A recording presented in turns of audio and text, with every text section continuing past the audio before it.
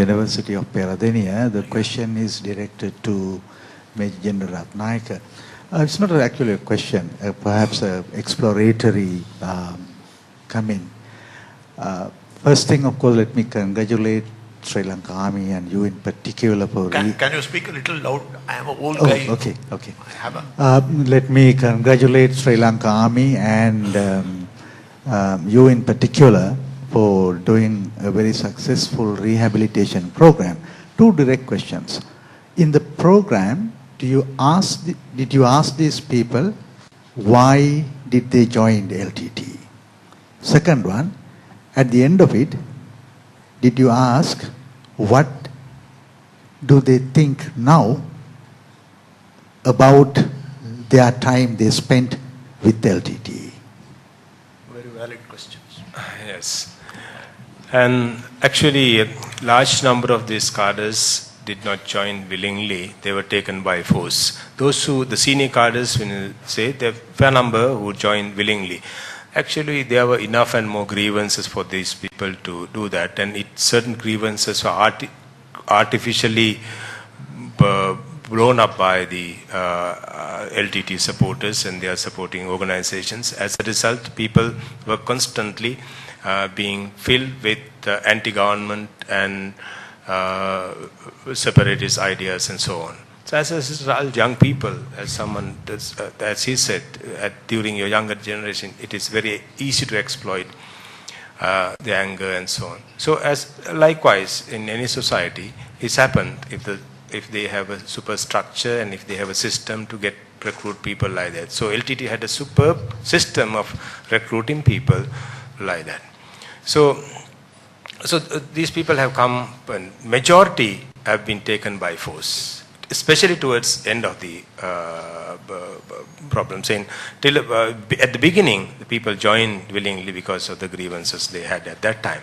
So towards the end, the government was also solving the problems, looking into the grievances. As a result, they did not have proper grievances to take arms and fight. But Prabhakaran, only the person who remained, and all other organizations, more than 20-30 organizations fighting against the government, all other organizations came into the basic democratic process. So except LTT. So they had to create different ideologies, propaganda things artificially, and they did it successfully. So the second question you asked, basically, I forget it. Can you kindly repeat? What do they have to say now? What do they have to say now? Yeah. So they are regretting. Most of them are regretting now. Why those who join willingly, they are really regretting and wasting their time in the organization. It was something.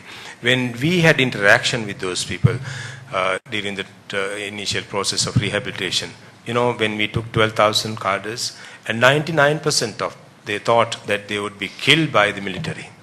And when their life was assured or guaranteed, and 50% of our job was over, because that was the perception created in their minds by the LTT through various propaganda systems.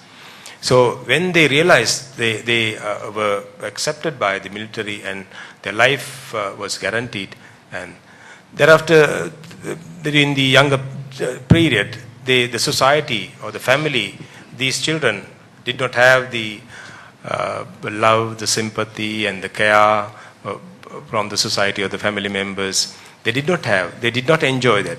So what we did, we developed our soldiers to fill that vacuum at the initial stage. So they never expected that. So this became a real, that is how we transformed them very rapidly. So when these things happened, when they were made to understand that they were going behind a mirage or something, they really realized. And when they understood all that through our explanation, workshops and interactions that we gave them, the opportunities to interact with other people, they realized that our intention was solid. And what the Prabhakaran and the group was trying something artificially created something. So those grievances that they were saying, those propaganda things they were putting into their minds were not real. When they realized that, they were regretting. And most of those people did not have option. So now they are regretting. Actually, it's not an easy job because I have, in an interrogation I have seen, these guys are so motivated. One guy told when we apprehended him, he said, I will have to bite the capsule. I said, which idiot told you in Tamil? I told him, no, that is our law. I said, your law doesn't apply, you are a captive. He says, thank you, sir, I wanted to get married actually before I died. I could see he was having tears.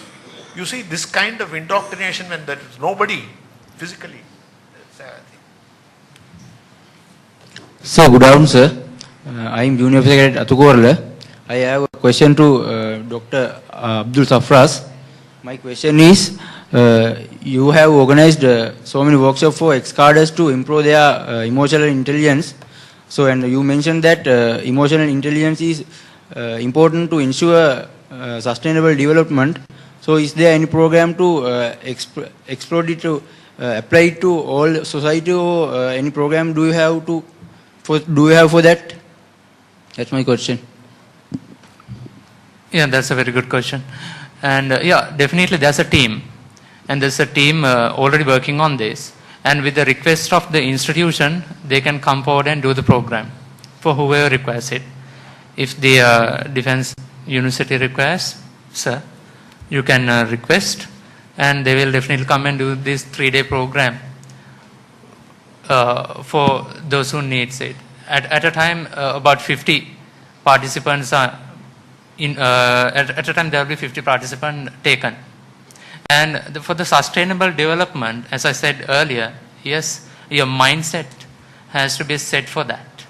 And sir, very correctly, General Sir said that why they were radicalized, why they were the cadres were radicalized. They were not given the sense of belonging. The respect, the dignity, everything was taken away from them. Even the love towards their family, they didn't get that. And to add for what he said, the former cadres, the last year we had art exhibition for them, nearly 1,000 set for did the paintings. And one of the paintings I can remember, a dead bark, a dead bark, getting a new leaf coming in, a new one. I think that explains, they think they were like dead. And through the rehabilitation program, they are getting a new leaf growing from a dead bark. So setting the mindset is very important. I think we come to the end of this interesting session. I should firstly thank the KDU for inviting me and for all the hospitality and consideration they had given, and particularly the Commandant. Somehow I don't like this word Vice Chancellor. You know, Commandant is much superior. Personally, I hope you don't mind if I use Commandant. I'm sorry. I didn't know it was used. They were all Commandants, I believe. So, the Vice Chancellor, General Pires, for the excellent arrangements. And I would like to, Brigadier Hemanta sitting on my left, had been particularly great help, because I am one guy who is particular about getting a visa, because I have had bad experience in some countries. I don't want to name them. So this time Sri Lanka has changed the visa rules. So I had talked to him and he put in his effort. I think the Commandant also was involved. So I am very grateful, and I am very grateful to the audience for participation and very nice interaction. Thank you all. And I look forward to seeing you all growing up. I will be failing if I don't thank these, particularly General Ratnayake and Captain Ratnayake and Dr. Safraz and Mr. Jayavardhana for giving various perspectives to the issue. It's not a very simple issue. There are different shades of perspectives. Thank you.